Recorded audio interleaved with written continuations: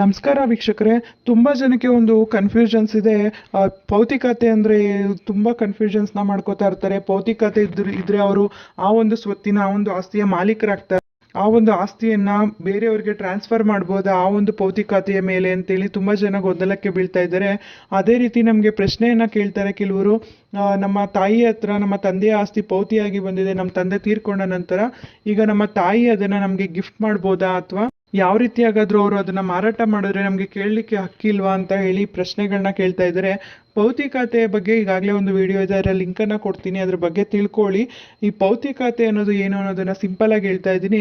ನೀವು ಯಾವುದೇ ಒಂದು ಜಮೀನಿಗೆ ಮಾಲೀಕರಾಗಿದ್ದಾಗ ಆ ಒಂದು ಜಮೀನಿಗೆ ಆ ಒಂದು ಆಸ್ತಿಗೆ ಸಂಬಂಧಪಟ್ಟಂತೆ ನಾವು ಕಂದಾಯವನ್ನ ಕಟ್ಟಬೇಕಾಗುತ್ತೆ.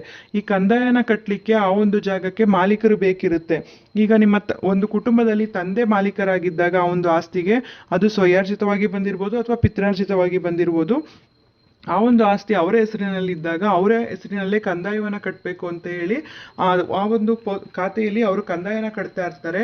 ಅವರೇ ಅದಕ್ಕೆ ಮಾಲೀಕರಾಗಿರ್ತಾರೆ, ಅವರು ಕಂದಾಯನ ಕಟ್ತಾ ಇರ್ತಾರೆ. ಅದು ಅವರ ಹೆಸರಲ್ಲೇ ಇರುತ್ತೆ ಆ ಪ್ರಾಪರ್ಟಿ.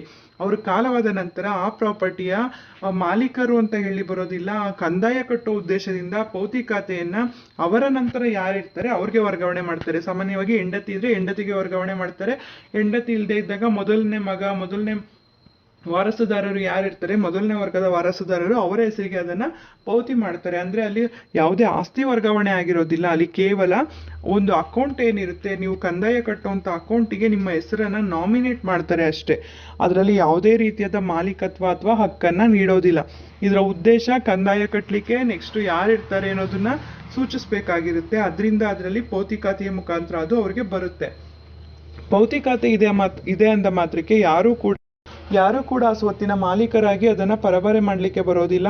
ಯಾರಿಗೂ ಕೂಡ ಗಿಫ್ಟ್ ಆಗಿರ್ಬೋದು ಅಥವಾ ವಿಲ್ ಆಗಿರ್ಬೋದು ಅಥವಾ ಮಾರಾಟ ಆಗಿರ್ಬೋದು, ಕ್ರಯ ಅಂದ್ರೆ ಮಾರಾಟ ಕ್ರಯ ಈ ರೀತಿಯಾಗಿ ಮಾಡಲಿಕ್ಕೆ ಬರೋದಿಲ್ಲ. ಒಬ್ಬ ವ್ಯಕ್ತಿಯ ಸ್ವಯಾರ್ಜಿತವಾದ ಆಸ್ತಿಯಾಗಿದ್ದಾಗ ಆ ವ್ಯಕ್ತಿ ಯಾವುದೇ ವಿಲ್ ಅಥವಾ ಯಾವುದೇ ಶಾಸನಗಳನ್ನ ಬರೀದೆ ಅಥವಾ ಯಾವುದೇ ರೀತಿ ಪರಬಾರೆಯನ್ನ ಮಾಡದೆ ಮರಣ ಹೊಂದಾಗ ಆತನ ಕಾನೂನು ವಾರಸುದಾರರು ಯಾರಿರ್ತಾರೋ ಅವ್ರಿಗೆಲ್ಲ ಕೂಡ ಅದು ಸಮಾನವಾಗಿ ಹಂಚಿಕೆ ಆಗುತ್ತೆ. ಅದು ಪಿತ್ರಾರ್ಜಿತ ಆಸ್ತಿ ಆಗಿದ್ರು ಕೂಡ ಆ ಒಂದು ಆಸ್ತಿಗೆ ಸಂಬಂಧಪಟ್ಟಂತೆ ಯಾರೆಲ್ಲ ಲೀಗಲ್ ಏರ್ಸ್ಗಳಿರ್ತಾರೆ, ಯಾರೆಲ್ಲ ಕಾನೂನುಬದ್ಧ ವಾರಸುದಾರ ಇರ್ತಾರೆ ಅವ್ರಿಗೆ ಸಮಾನವಾಗಿ ಹಂಚಿಕೆ ಆಗುತ್ತೆ. ಯಾರು ಭೌತಿಕತೆಯನ್ನು ಹೊಂದಿರ್ತಾರೆ ಅವ್ರಿಗೆ ಎಕ್ಸ್ಟ್ರಾ ಶೇರ್ ಅಂತ ಕೂಡ ಯಾವುದು ಸಿಗೋದಿಲ್ಲ. ಅವ್ರಿಗೂ ಕೂಡ ಈ ಒಂದು ಪಾಲಿನಲ್ಲಿ ಒಂದು ಪಾಲು ಖಂಡಿತವಾಗಿ ಸಿಕ್ಕೇ ಸಿಗುತ್ತೆ. ಯಾಕೆಂದ್ರೆ ಅವರು ಮೊದಲನೇ ವರ್ಗದ ವಾರಸುದಾರ ಆಗಿರೋದ್ರಿಂದ ಅವ್ರಿಗೊಂದು ಪಾಲು ಸಿಗುತ್ತೆ ಹೊರತು ಅವ್ರಿಗೆ ಹೆಚ್ಚಿಗೆ ಪಾಲು ಸಿಗೋದಾಗ್ಲಿ ಅಥವಾ ಅವರೇ ಮಾಲೀಕರಾಗ್ಲಿ ಆಗೋದಕ್ಕೆ ಸಾಧ್ಯ ಇರೋದಿಲ್ಲ. ಭೌತಿಕತೆಯ ಮುಖಾಂತರ ಅವ್ರಿಗೆ ಆಸ್ತಿ ಬಂದಾಗ ಬೇರೆ ಯಾರು ಆ ಒಂದು ಆಸ್ತಿಗೆ ವಾರಸುದಾರರೇ ಇಲ್ಲ ಅಂದ ಪಕ್ಷದಲ್ಲಿ ಆ ಒಬ್ಬರೇ ವ್ಯಕ್ತಿ ಅವ್ರಿಗೆ ವಾರಸುದಾರರು ಇದ್ದಿದ್ದು ಅಂದ ಮಾತ್ರದಲ್ಲಿ ಮಾತ್ರ ಅವರು ಆ ಒಂದು ಆಸ್ತಿಗೆ ಸಂಪೂರ್ಣ ಮಾಲೀಕರಾಗ್ತಾರೆ. ಆದ್ರೆ ಇದು ಭೌತಿಕತೆಯ ಮುಖಾಂತರನೇ ವರ್ಗಾವಣೆ ಮಾಡ್ಲಿಕ್ಕೆ ಬರೋದಿಲ್ಲ.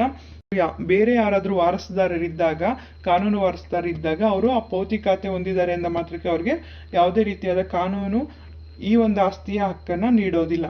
ಈ ಭೌತಿಕತೆಯನ್ನ ತಿಳ್ಕೊಬೇಕಾಗಿರೋದಿಷ್ಟೇ. ಭೌತಿಕತೆ ಇದೆ ಅಂದ ಮಾತ್ರಕ್ಕೆ ಅವರು ಆ ಪ್ರಾಪರ್ಟಿಯ ಮಾಲೀಕರಲ್ಲ, ಅದನ್ನ ಮಾರಾಟ ಆಗ್ಲಿ ಅಥವಾ ಇನ್ಯಾವುದೇ ರೀತಿ ವರ್ಗಾವಣೆ ಮಾಡ್ಲಿಕ್ಕೆ ಬರೋದಿಲ್ಲ. ಭೌತಿಕತೆ ಅನ್ನೋದು ಕಂದಾಯ ಕಟ್ಟಲಿಕ್ಕೆ ಅಗತ್ಯವಾಗಿರುವಂತ ಒಂದು ದಾಖಲೆ ಅಷ್ಟೇ ಆಗಿರುತ್ತೆ. ಈ ಒಂದು ಮಾಹಿತಿ ಉಪಯುಕ್ತವಾಗಿದೆ ಅಂತ ಭಾವಿಸ್ತೀನಿ. ಮತ್ತಷ್ಟು ಮಾಹಿತಿಗಾಗಿ ನಮ್ಮ ಚಾನೆಲ್ ಅನ್ನ ಲೈಕ್ ಮಾಡಿ, ಮತ್ತೊಬ್ಬರಿಗೆ ಈ ವಿಚಾರ ಉಪಯುಕ್ತ ಆಗುತ್ತೆ ಅನ್ಸಿದ್ರೆ ಶೇರ್ ಮಾಡಿ. ಹೊಸದಾಗಿ ನೋಡ್ತಾ ಇರೋರು ಸಬ್ಸ್ಕ್ರೈಬ್ ಮಾಡ್ಕೊಂಡು ನೋಡಿ. ಕಾನೂನಿನ ಜ್ಞಾನ ಪ್ರತಿಯೊಬ್ಬರಿಗೂ ಉಪಯುಕ್ತ ಆಗುವಂಥದ್ದು.